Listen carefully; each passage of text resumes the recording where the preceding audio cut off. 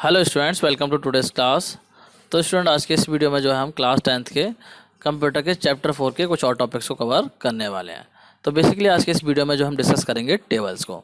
तो पिछले वीडियोस में जो है मैंने आपको इमेज और लिंक्स के बारे में जो है बता दिया था कि इमेजेस को किस तरीके से आप वेब पेज पर इंसर्ट कर सकते हैं या फिर जो है आप वेब पेज को किस तरीके से लिंक कर सकते हैं।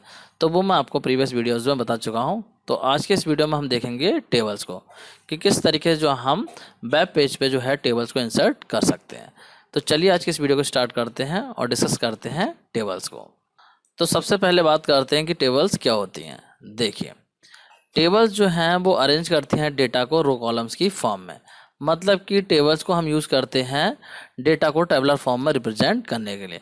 अगर आपको वेब पेज पे डेटा को टेबलर फॉर्म में रिप्रेजेंट करना है तो उस केस में आप क्या करेंगे, टेबल का यूज़ करेंगे। तो देखिए, अगर हम टेबल्स की बात करें तो टेबल में जो है कई सारी चीज़ें होती हैं, जैसे कि कैप्शन होता है, रोज़ होती हैं, कॉलम्स होते हैं, सेल होती हैं या फिर हेडिंग्स भी होती हैं। तो इस तरीके से जो है ये जो हमारे टेबल के पार्ट होते हैं। तो बात कर लेते हैं ये कौन कौन से पार्ट को बोलते हैं। देखिए, यहाँ पे मैंने एक टेबल ले ली है और इस टेबल की अगर हम बात करें तो यहाँ पे देखिए सबसे ऊपर लिखा हुआ है स्टूडेंट डिटेल्स। तो ये जो पार्ट है इसे हम बोलेंगे कैप्शन। कि टेबल जिस बारे में भी है तो उसी पार्ट को हम बोलते हैं कैप्शन। इसके अलावा अगर मैं बात करूं तो रोज़ हमारा कौन सा पार्ट होगा, ये वाला पार्ट। मतलब कि यहाँ पे देखिए जो हॉरिजॉन्टल लाइंस आ रही हैं, मतलब कि ये जो पूरा पार्ट है वो आपका रो है। इसी तरीके से ये एक पूरी रो है और इसी तरीके से यहाँ पे ये पूरी एक रो है।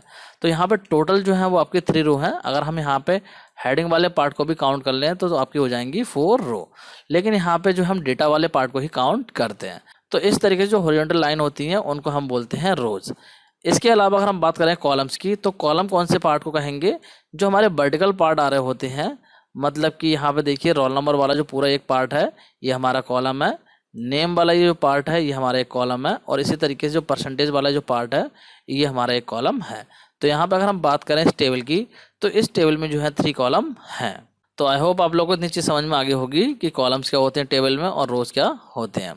अब बात करते हैं सेल की। तो देखिए सेल जो है वो कौन से पार्ट को बोलते हैं। यहाँ पे देखिए डिटेल दे रखी है, जैसे कि लिखा हुआ है नेहा। तो ये जो बॉक्स आ रहा है इसी को हम बोलते हैं सेल। इस तरीके से ये जो एरिया है इसको सेल बोलते हैं। यहाँ पे आप लोग देख सकते हैं ये जो एरिया है सेल है हमारा। इसी तरीके से ये भी एक सेल है। तो यहाँ पे जो पार्ट होता है हमारा डेटा वाला उसको हम बोलते हैं सेल। आई होप आप लोगों को सेल का भी कॉन्सेप्ट समझ में आ गया होगा। अब बात करते हैं हेडिंग्स की। तो इस टेबल में अगर हम बात करें कि हेडिंग कौन से पार्ट को हम बोलेंगे, तो यहाँ पे देखिए हेडिंग बोलेंगे हम इस वाले पार्ट को। ये जो हमारा आ रहा है इस तरीके से एरिया, इसी को हम बोलेंगे हेडिंग। क्योंकि टेबल की हेडिंग है और ये डिफाइन कर रही है कि इस टेबल में क्या डेटा एंटर होना है। रोल नंबर है, नेम है और परसेंटेज है। तो ये क्या हो गई, हमारी टेबल की हेडिंग्स हो गई। आई होप आप लोग को इतनी चीज़ क्लियर हो गई होगी कि टेबल क्या होती हैं और टेबल की क्या क्या कॉम्पोनेंट होते हैं। तो अब बात करते हैं कि किस तरीके से हम HTML में टेबल्स को इंसर्ट कर सकते हैं। मतलब कि HTML की हेल्प से अगर हम वेब पेज पर टेबल को इंसर्ट करना चाहें तो वो काम कैसे करेंगे, तो यहाँ पे डिस्कस कर लेते हैं। तो HTML में टेबल को क्रिएट करने के लिए होता है टेबल टैग। टेबल टैग की हेल्प से हम क्या करते हैं, टेबल्स को क्रिएट करते हैं। और यहाँ पे जितनी भी टेबल आप क्रिएट करेंगे तो वहाँ पे होगा क्या, सबसे पहले आप टेबल टैग को लगाएंगे और उसके अंदर बाकी सारी चीज़ें करेंगे और लास्ट में आप क्या करेंगे, टेबल टैग को क्लोज कर देंगे। तो इस तरीके से हम टेबल्स को क्रिएट करते हैं HTML with the help of table tag. और टेबल टैग के साथ में जो है बहुत सारे एट्रीब्यूट और कुछ और टैग भी जो है यूज़ होते हैं। तो यहाँ पे उनको डिस्कस कर लेते हैं। तो देखिए यहाँ पे जो है और कौन कौन से ऐसे टैग हैं जो कि टेबल टैग के साथ में यूज़ होते हैं। पहला है TR।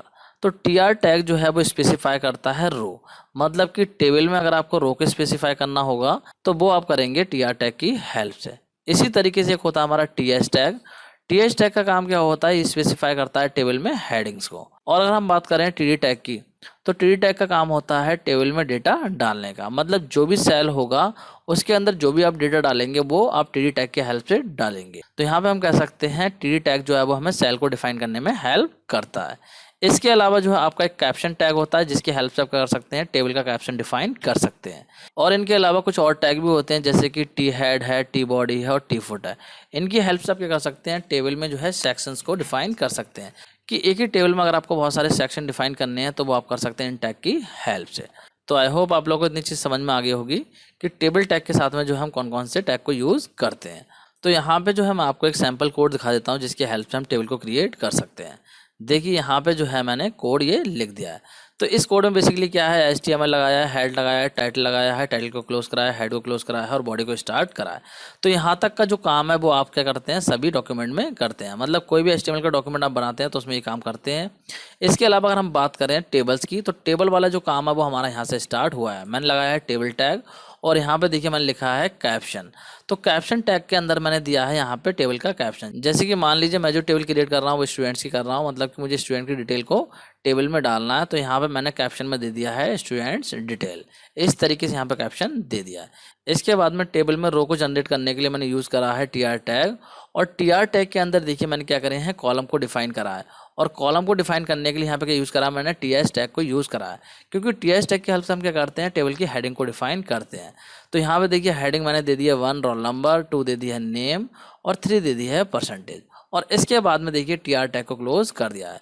तो इसका मतलब ये हुआ कि एक रो जो है हमारी कंप्लीट हो गई।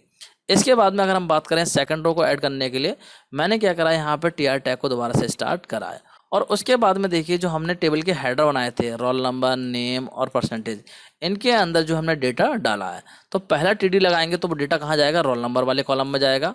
सेकंड TD लगाएंगे तो वो हमारा जाएगा सेकंड वाले, मतलब कि नेम वाले कॉलम में जाएगा। और थर्ड TD लगाएंगे तो हमारा जाएगा ये परसेंटेज वाले कॉलम में। इस तरीके से हमारा डेटा यहाँ पे इंसर्ट होगा TD टैग की हेल्प से। इसके बाद जो है मैंने TR टैग को क्लोज कर दिया है, क्योंकि यहाँ पे सेकंड रो जो है वो हमारी कंप्लीट हो गई है। इसी तरीके से यहाँ पे जो है TR टैग को अगेन स्टार्ट करा है और उसके बाद में मैंने क्या करा है, एक रो को और ऐड कर दिया है। यहाँ पे ये TR जो है गलत लगा हुआ है, ये यहाँ पे नहीं रहेगा, क्योंकि यहाँ पे जो है मैंने क्लोज कर दिया है। इसके बाद में एक रो यहाँ पे ऐड करी है। तो यहाँ पे इस कोड की अगर हम बात करें, इसमें टोटल रो कितनी है, तो देखिए यहाँ पे हमने TR लगाया है तो एक रो तो हमारी ये हो गई। इसके बाद में फिर TR को स्टार्ट करा तो एक रो ये हो गई। फिर यहाँ पे TR को स्टार्ट कराया तो एक रो यहाँ पे हो जाएगी। एंड इसके बाद में यहाँ पे TR को स्टार्ट कराया तो एक रो ये हो जाएगी। तो टोटल जो है वो हमारी 4 रो हो जाएंगी इंक्लूडिंग हेडर। मतलब हेडर को अगर हम ऐड कर लेते हैं तो हमारी 4 रो हो जाएंगी, और हेडर को अगर हम हटा दें तो हमारी जो है 3 रोज हो जाएंगी। मतलब कि इसका आउटपुट जो है वो हमें इस तरीके से देखने को मिल जाएगा। यहाँ पे देखिए इस तरीके से हमारी टेबल क्रिएट हो जाएगी। अब आपको लग रहा होगा यहाँ पे जो है बॉर्डर तो आया ही नहीं, मतलब कि टेबल में जो है इस तरीके से जो है लाइन्स नहीं आई। आपको ये लग रहा होगा कि यहाँ पे जो है टेबल आपकी तब बनती जब इस तरीके से लाइंस आती। तो लाइन भले ही नहीं आई हो, लेकिन यहाँ पे टेबल जो है क्रिएट हो गई है, क्योंकि यहाँ पे जो है मैंने बॉर्डर को अप्लाई नहीं करा है। तो बॉर्डर एट्रीब्यूट को जो हम बाद में डिस्कस करेंगे। अभी जो है मैं आपको बता रहा हूँ कि किस तरीके से टेबल का स्ट्रक्चर आपको फॉर्म करना है। तो चलिए इसको प्रैक्टिकली करके मैं आपको दिखा देता हूँ। यहाँ पे जो है मैं ओपन कर लेता हूँ नोटपैड++। तो यहाँ पे देखिए नोटपैड++ को ओपन कर लिया है। यहाँ पे जल्दी से मैं कोड लिख लेता हूँ HTML, और यहाँ कर देता हूँ मैं हेड। इसके बाद कर देता हूँ टाइटल, यहाँ कर देता हूँ मैं टाइटल क्लोज। इसके बाद में हेड को क्लोज कर देता हूँ। देन जो है मैं यहाँ पे बॉडी स्टार्ट कर लेता हूँ एंड बॉडी क्लोज कर देता हूँ। एंड इसके बाद मैं HTML को क्लोज कर दे रहा हूँ। तो ये हमारा बेसिक स्ट्रक्चर है जो कि आपको पता ऑलरेडी है। अब यहाँ पे हम बात करते हैं टेबल को इंसर्ट करने की। जल्दी से इसको सेव भी कर लेते हैं। यहाँ पे जाता हूँ सेव पे, और डेस्कटॉप पे जो है मैं एक फोल्डर बना लेता हूँ टेबल्स के नाम से, और यहाँ पे जो है मैं इसको सेव कर देता हूँ table1 के नाम से .html। ये मैंने सेव कर दिया है। अब यहाँ पे टेबल को अप्लाई करते हैं। तो सबसे पहले बॉडी टैग के बाद में यहाँ पे हम क्या करेंगे, टेबल टैग को लगाएंगे टेबल। एंड इसके बाद जो है मैं यहाँ पे लिखूंगा TR, क्योंकि टेबल में जो है मुझे रो को ऐड करना है। तो TR लिखूंगा, और TR के बाद में लगाऊंगा मैं यहाँ पे TH, क्योंकि मुझे जो है सबसे पहले टेबल का हेडर डिफाइन करना है। तो मैं यहाँ लिख रहा हूँ TH। इसके बाद मैं दूंगा TH में कि टेबल का हेडर क्या होगा। सपोज मुझे चाहिए रोल नंबर, मैंने यहाँ लिख दिया रोल नंबर। एंड इसके बाद TH को क्लोज कर दूंगा।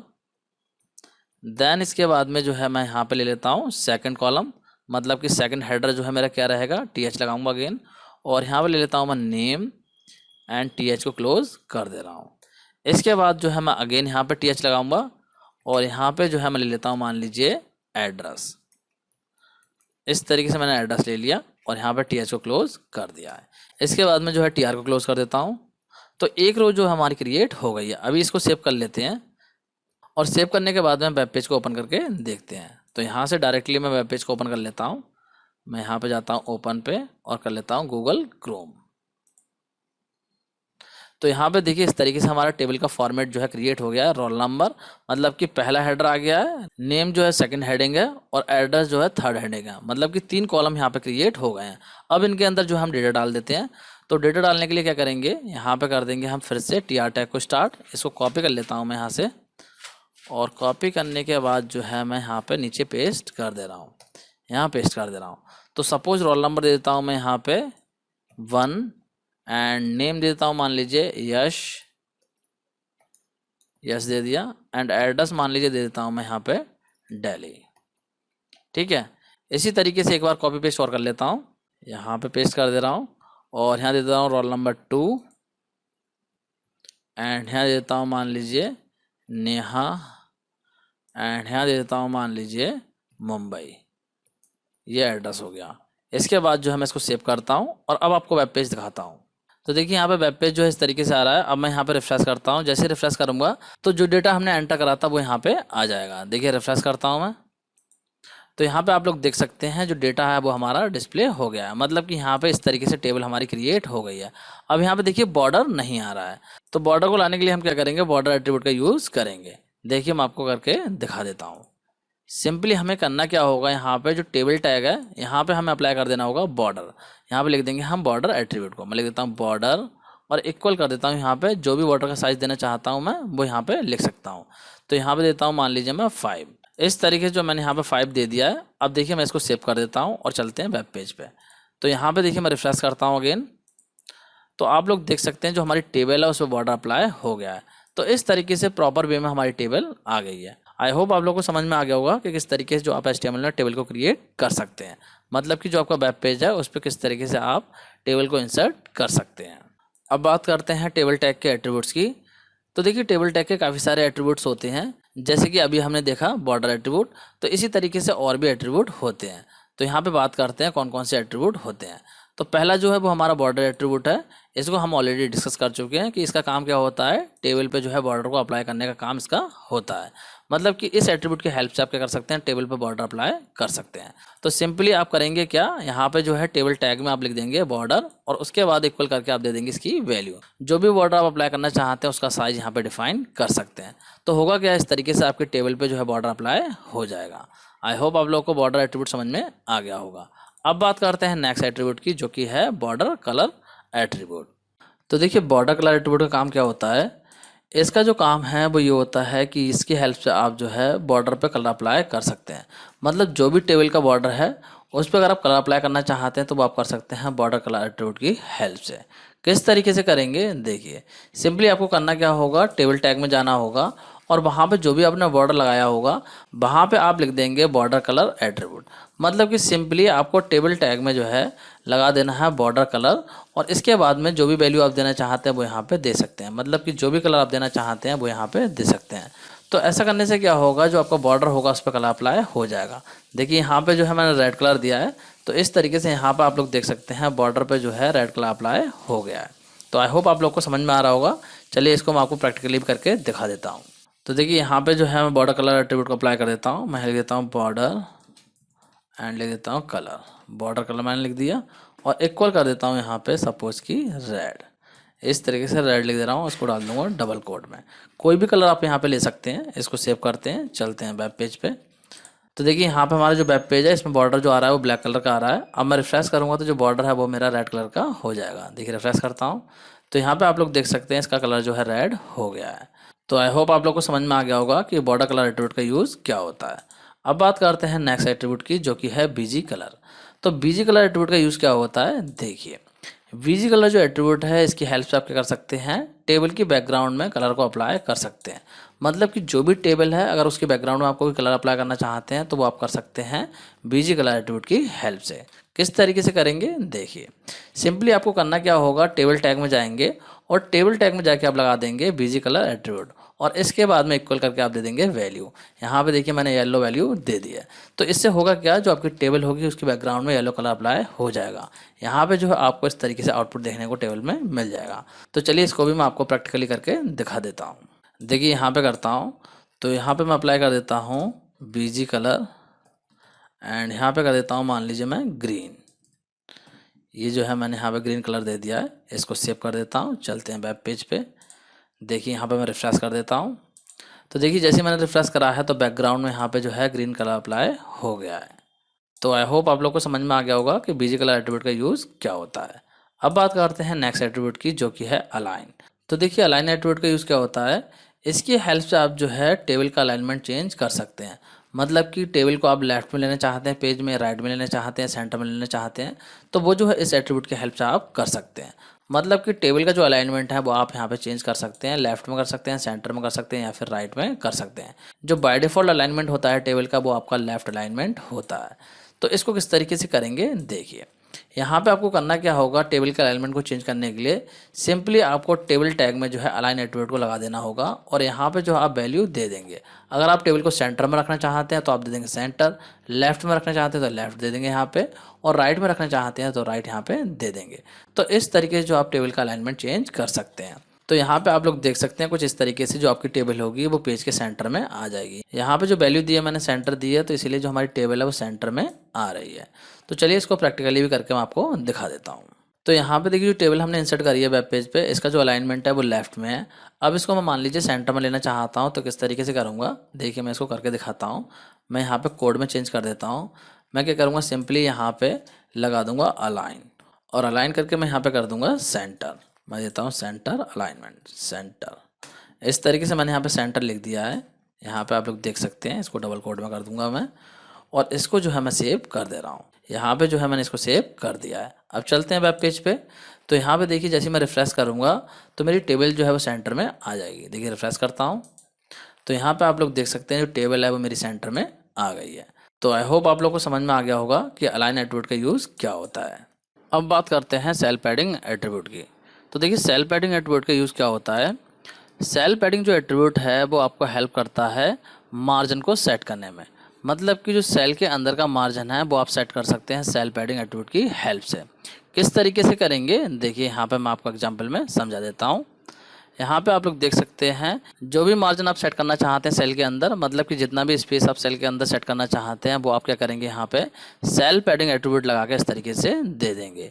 तो इस तरीके से जो है आपको टेबल टैग में इस एट्रीब्यूट को अप्लाई कर देना है। जैसे इसको अप्लाई करेंगे तो टेबल में जो सेल होंगे उसके अंदर का जो स्पेस है वो आपका इंक्रीज हो जाएगा। मतलब कि जितने भी वैल्यू आप यहाँ पे देंगे उसके अकॉर्डिंग जो है आपके टेबल में जो सेल का स्पेस होगा वो वहाँ पे सेट हो जाएगा। जो अंदर वाला स्पेस होगा वो सेट होगा। यहाँ पे जो अंदर वाला स्पेस होगा इसकी बात हम कर रहे हैं। तो इसको सेट करते हैं हम सेल पैडिंग एट्रीब्यूट की हेल्प से। तो चलिए इसको प्रैक्टिकली भी करके दिखा देता हूँ। तो देखिए यहाँ पे करते हैं। तो एक काम करता हूँ, मैं यहाँ से जो है कलर वगैरह ये हटा देता हूँ। फालतू के जो एट्रीब्यूट मैंने लगा रखे हैं इनको हटा दे रहा हूँ, और यहाँ पे मैं लगाता हूँ सेल पैडिंग। ठीक है, और यहाँ पे वैल्यू दे देता हूँ मान लीजिए 10।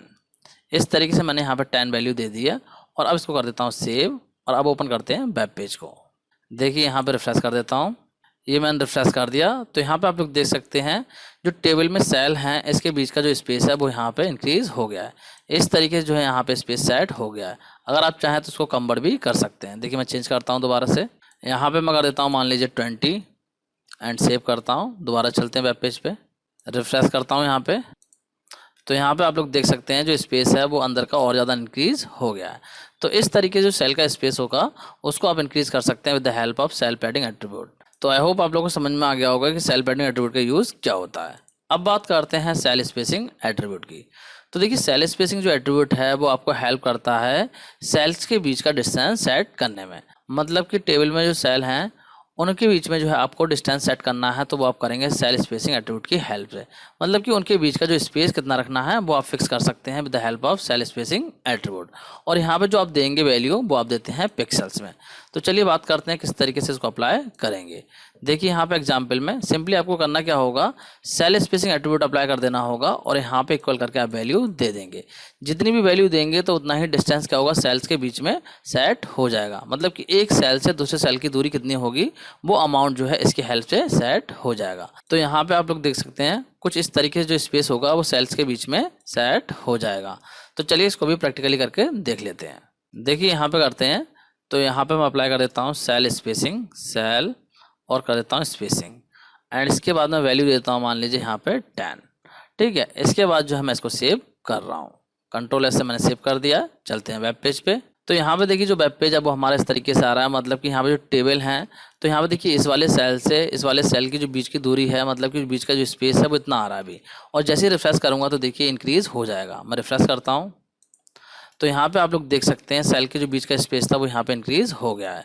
तो सेल स्पेसिंग एट्रीब्यूट की हेल्प से जो है हम दो सेल के बीच का जो अमाउंट होता है, मतलब कि जो स्पेस होता है, उसको हम यहाँ पे सेट करते हैं। आई होप आप लोग को समझ में आ गया होगा। अब बात करते हैं हम नेक्स्ट एट्रीब्यूट की, जो कि है हाइट एंड विड्थ।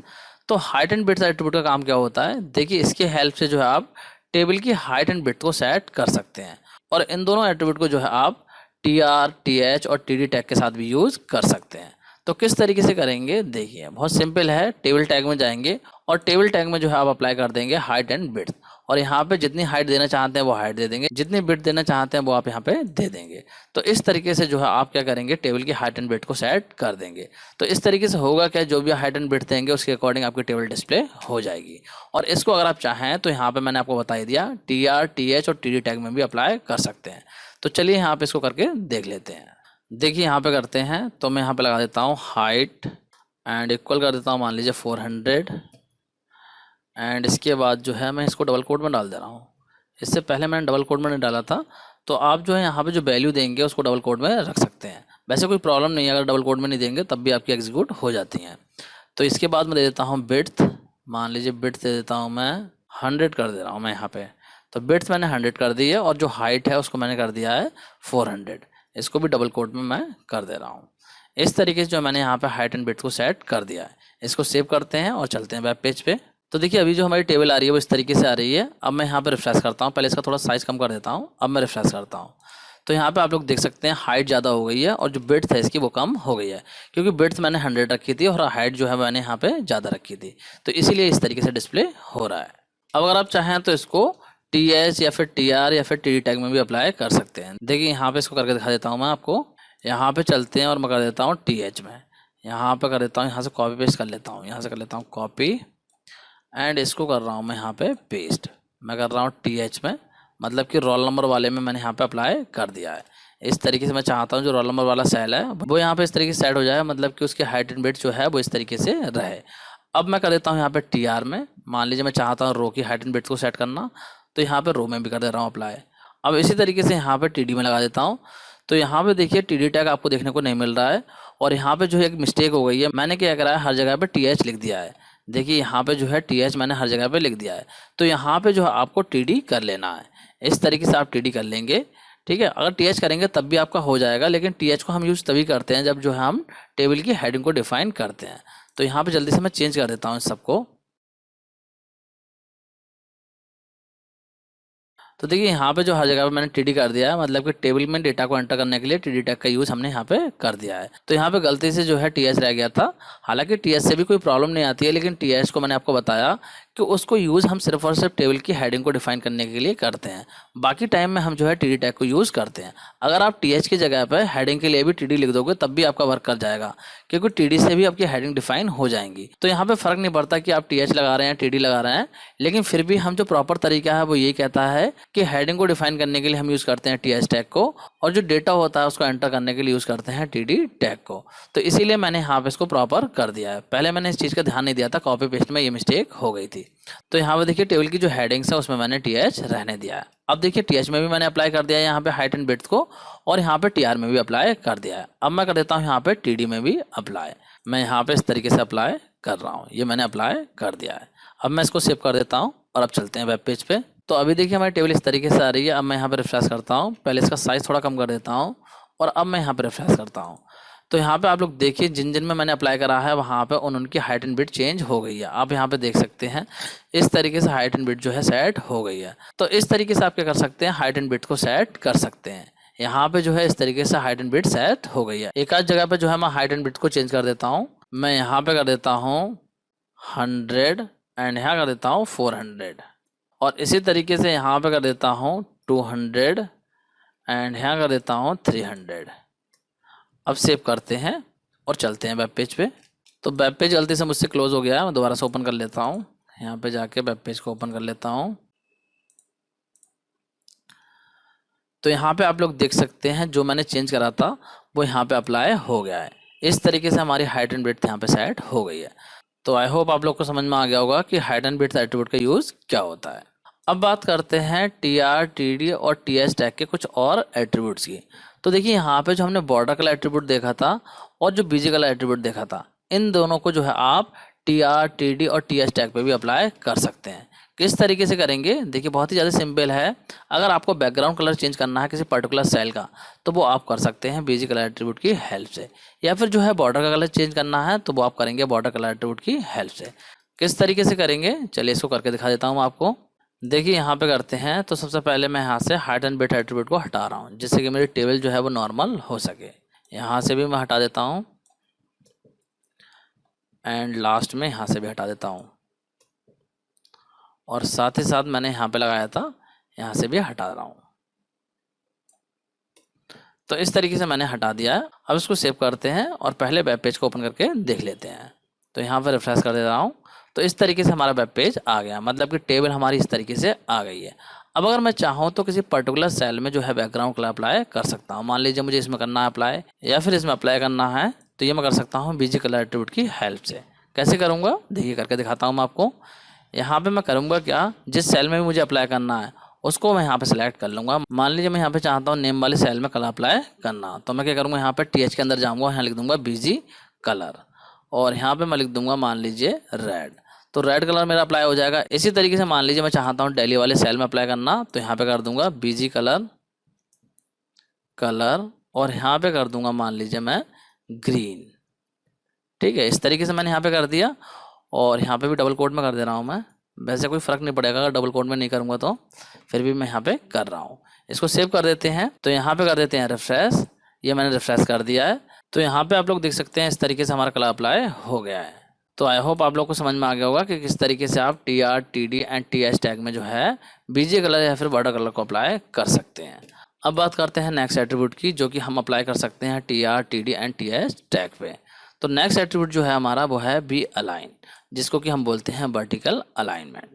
तो देखिए बी अलाइन जो एट्रीब्यूट है इसका यूज़ क्या होता है, ये जो एट्रीब्यूट है इसको हम यूज़ करते हैं TD टैग के साथ में, और यहाँ पे जो हम सेट कर सकते हैं वर्टिकल अलाइनमेंट को, मतलब कि जो डेटा है हमारा सेल के अंदर उसका जो हम अलाइनमेंट सेट कर सकते हैं। जो वर्टिकल अलाइनमेंट होगा उसको हम सेट कर सकते हैं। कैसे कर सकते हैं, वहाँ पे अगर आप चाहें तो टैक्स को टॉप में कर सकते हैं, बॉटम में कर सकते हैं, या फिर मिडिल में कर सकते हैं। ये जो आप बी अलाइन एट्रीब्यूट की वैल्यू दे सकते हैं। तो चलिए इसको प्रैक्टिकली करके देख लेते हैं। तो देखिए यहाँ पे करते हैं, तो यहाँ पे TD टैग में मैं अप्लाई कर देता हूँ बी अलाइन। मैं यहाँ कर देता हूँ बी अलाइन। एक काम करता हूँ, इस वाले को छोड़ के मैं नीचे वाले में कर देता हूँ, क्योंकि टेक्स्ट ना तो ज़्यादा प्रॉपर दिख पाएगा। तो यहाँ पे कर दे रहा हूँ बी अलाइन, ये मैंने बी अलाइन कर दिया, और यहाँ पे अभी वैल्यू दे रहा हूँ मैं टॉप। ये मैंने यहाँ पे वैल्यू दे दी है। इसके बाद मैं इसको सेव करता हूँ, और अब चलते हैं वेब पेज पे। तो देखिए यहाँ पे रिफ्रेश करते हैं, तो यहाँ पे देखिए मैंने रिफ्रेश कर दिया है, लेकिन यहाँ पे कोई भी चेंजेस जो है हमें देखने को नहीं मिले हैं। तो हम क्या करेंगे, जो सेल है उसकी जो विड्थ है उसको बढ़ा देंगे, मतलब कि हाइट विड्थ को थोड़ा सा बढ़ा देते हैं। तो एक काम करते हैं, सिर्फ हाइट को बढ़ा देते हैं। यहाँ पे जो है मैं लगा देता हूँ हाइट एट्रीब्यूट को, यहाँ देता हूँ हाइट, एंड हाइट कर दे रहा हूँ यहाँ पे मान लीजिए 300। इस तरीके से मैंने हाइट कर दी। अब इसको सेव करते हैं, चलते हैं वेब पेज पे। तो यहाँ पे देखिए रिफ्रेश करता हूँ मैं, तो यहाँ पे देखिए जैसे मैंने रिफ्रेश करा तो यहाँ पे जो हाइट हमारी बढ़ चुकी है, और यहाँ पे आप ऑब्जर्व करेंगे तो आपको जो टैक्स है वो ऊपर दिखाई दे रहे होंगे। देखिए थोड़ी सी हाइट मैं और बढ़ा देता हूँ, यहाँ पे मान लीजिए कर देता हूँ 500। अब सेव करते हैं, अगेन चलते हैं वेब पेज पे, रिफ्रेश कर देते हैं यहाँ पे। तो यहाँ पे देखिए जो हाइट है मैंने इतनी बढ़ा दी है। अब देखिए यहाँ पे जो टेक्स्ट है वो हमारे टॉप पे दिखाई दे रहे हैं। तो इस तरीके से इसका जो अलाइनमेंट है वो मैंने टॉप कर दिया, मतलब कि बी अलाइन एट्रीब्यूट की हेल्प से जो है वर्टिकल अलाइनमेंट को मैंने टॉप में सेट कर दिया है। इसी तरीके से अगर मैं चाहूँ तो बॉटम में कर सकता हूँ। देखिए करके दिखाता हूँ मैं आपको।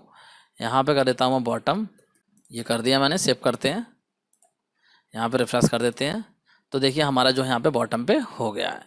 तो इस तरीके से आप वर्टिकल अलाइनमेंट को चेंज कर सकते हैं बी अलाइन एट्रीब्यूट की हेल्प से। तो आई होप आप लोग को समझ में आ गया होगा कि जो बी अलाइन एट्रीब्यूट है इसका यूज़ क्या होता है। अब बात करेंगे हम स्पैनिंग की, मतलब कि यहाँ पे हम डिस्कस करेंगे रोस्पन और कॉलस्पन को, कि किस तरीके से हम रोज को मर्ज कर सकते हैं, किस तरीके से कॉलम्स को मर्ज कर सकते हैं। तो स्टूडेंट इस टॉपिक को डिस्कस करेंगे हम नेक्स्ट वीडियो में। आज के इस वीडियो को यहीं पे एंड करते हैं, नेक्स्ट वीडियो को यहीं से कंटिन्यू करेंगे। So student that's it for this video, thanks for watching.